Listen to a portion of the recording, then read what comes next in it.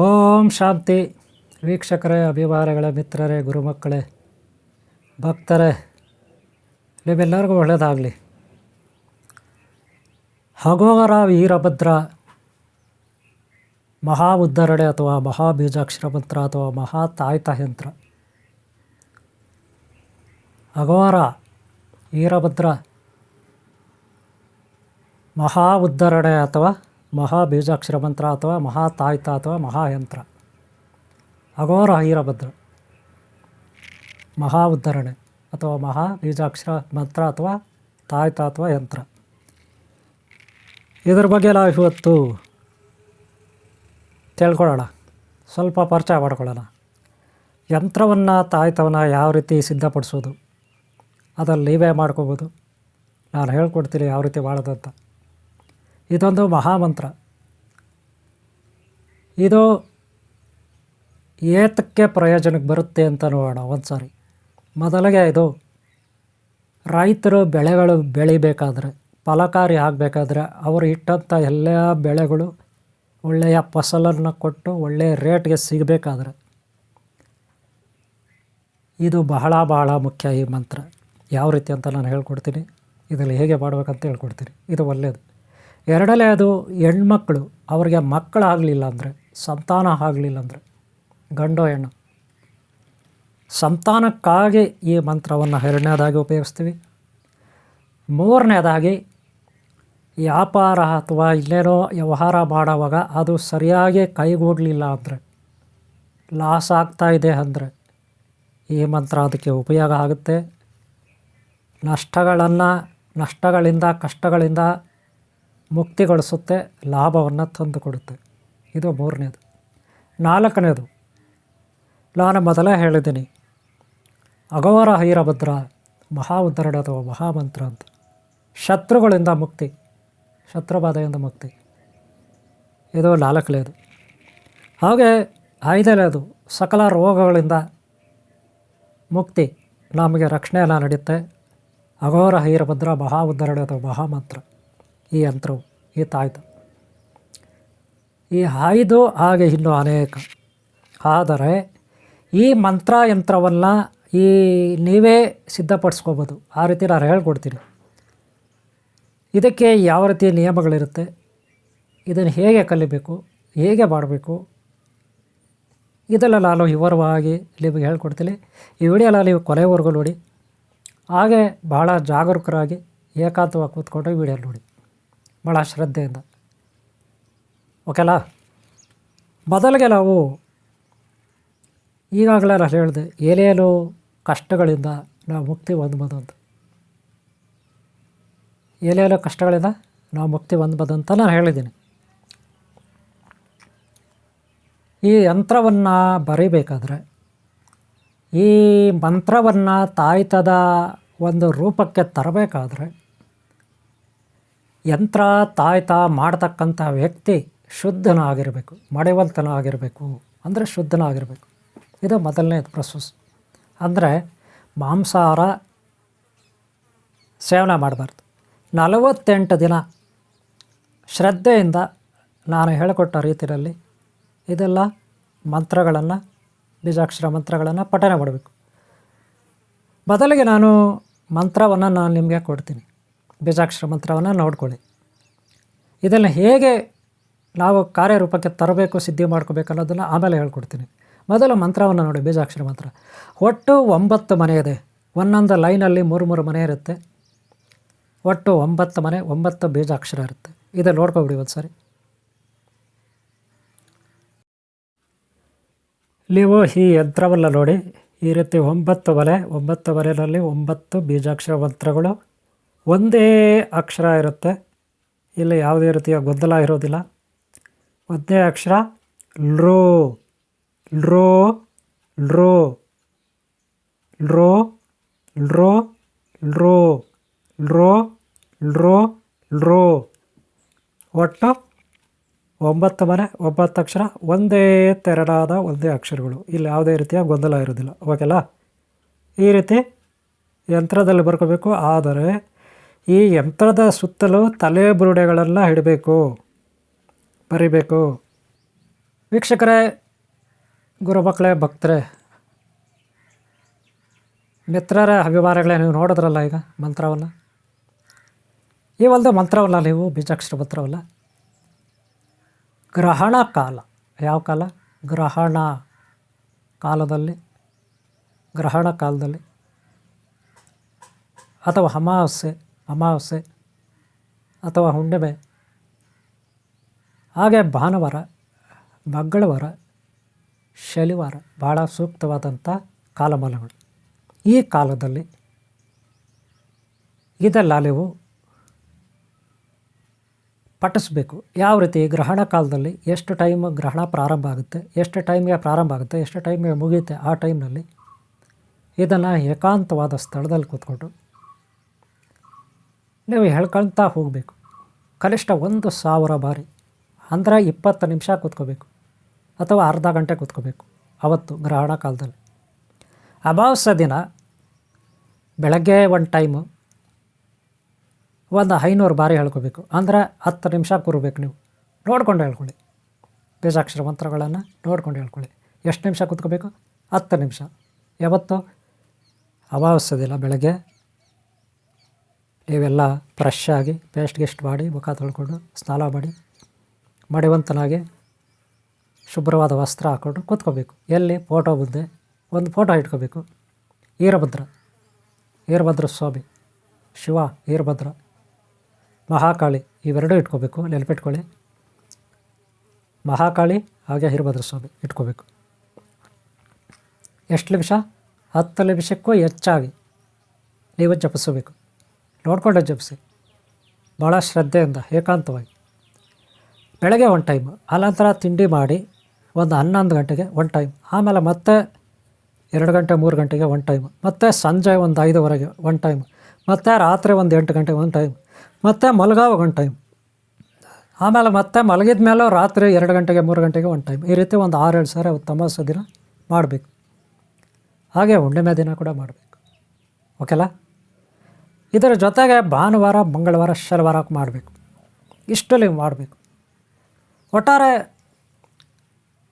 ಈ ದಿನಗಳಲ್ಲಿ ಈ ರೀತಿ ಮಾಡ್ಕೋಬೇಕು. ಯಾವುದೋ ಭಾನುವಾರ, ಮಂಗಳವಾರ, ಶನಿವಾರ, ಅಮಾವಾಸ್ಯೆ, ಪೌರ್ಣಮಿ ಆಯ್ತಲ್ಲ, ಇಷ್ಟ ಆಯ್ತಲ್ಲ. ಇದು ಬಿಟ್ಟು 48 ದಿನ ಸತತವಾಗಿ ಒಂದು ಮಂಡಲ ನೀವು ಮಾಡಬೇಕು. 48 ದಿನ ಪ್ರತಿ ಭಾನುವಾರ, ಮಂಗಳವಾರ, ಶನಿವಾರ ನೈವೇದ್ಯ ಇಡಬೇಕು. ಏನು? ಟೊಮಾಟೊ ಬಾತು, ಇಲ್ಲೇನೋ ವೆಜಿಟೇಬಲ್ ಬಾತು, ಚಕ್ಲಿ, ಕೋಡುಬಲೆ ಇತ್ಯಾದಿ. ನಿಂಬೆಹಣ್ಣು ಮರಿಬಾರ್ದು. ನಿಂಬೆಹಣ್ಣು ಹೊರಗಡೆ ಪಂಚಭೂತಗಳಿಗೆ ಅನ್ನ ನೈವೇದ್ಯ ಇಡಬೇಕು. ಎಲ್ಲೋ ಒಂದು ಕಡೆ ಅನ್ನ, ಒಂದು ಬಾಳೆಲೆ ಹಾಕಿ ಅಲ್ಲಿ ಸ್ವಲ್ಪ ಅನ್ನ ಇಟ್ಟು ನಿಂಬೆಹಣ್ಣು ಹಿಳಿ ತೆಗಿಬೇಕು 4 ದಿಕ್ಕುಗಳಿಗೆ. ಅದನ್ನು ಕಟ್ ಮಾಡಿ ಉಲ್ಟಾ ಆಗಬೇಕು. 4 ನಿಂಬೆಹಣ್ಣು 4 ದಿಕ್ಕಿನಲ್ಲಿ. ಗೊತ್ತಾಯ್ತಲ್ಲ? ನಿಮ್ಮ ಮನೆ ಸುತ್ತಲೂ ಆ ರೀತಿ ಮಾಡಬೇಕು. 4 ನಿಂಬೆಹಣ್ಣು ಕಟ್ ಮಾಡಿ ಉಲ್ಟಾ ಆಗಬೇಕು. ಅನ್ನ ಇಡಬೇಕು ಒಂದು ಕಡೆ. ಯಾವ ವಾರ? ಭಾನುವಾರ ಇಲ್ಲ ಮಂಗಳವಾರ ಇಲ್ಲ ಶನಿವಾರ. ವಾರಕ್ಕೆ ಒಂದು ಸಾರಿ ಇಟ್ಟರು ನಡೀತದೆ. ಈ 3 ವಾರದಲ್ಲಿ ಒಂದು ದಿನ ಇಟ್ಟರೆ ವಾರಕ್ಕೆ. ಇದು ಪಂಚಭೂತಗಳಿಗೆ ನೀವು ಪಠನೆ ಮಾಡಬೇಕು. 10 ನಿಮಿಷ ಕೂತ್ಕೊಂಡು ಒಂದು ಸಾರಿಗೆ. ಸರಿಲ್ಲ? ಇದು ಆದಮೇಲೆ 48 ದಿನ ಮುಗಿದ ಮೇಲೆ ಆಮೇಲೆ ಏನು ಬೇಕಿಲ್ಲ. ಸರಿಲ್ಲ? ಆಮೇಲೆ ಏನಿದ್ರು ನೀವು ಅಮಾವಾಸ್ಯೆ, ಗ್ರಹಣ, ಪೌರ್ಣಮಿ 10 ದಿನ ಮಾಡ್ಕೊಳ್ಳಿ. ಒಂದು ದಿನ ಮಾಡ್ಕೊಳ್ಳಿ ಸಾಕು. ಓಕೆನಾ? ಈಗ ಯಂತ್ರ ರೆಡಿ ಮಾಡೋದು ಹೇಗೆ, ತಾಯ್ತ ರೆಡಿ ಮಾಡೋದು ಹೇಗೆ? ಗ್ರಂಥಿಗೆ ಅಂಗಡಿಯಲ್ಲಿ ನಿಮಗೆ ಯಂತ್ರದ ಶೀಟ್ ಸುತ್ತಿರೋ ಸುರುಳಿನೇ ಸಿಗ್ತದೆ. ಅದಾದರೂ ತಗೊಳ್ಳಿ.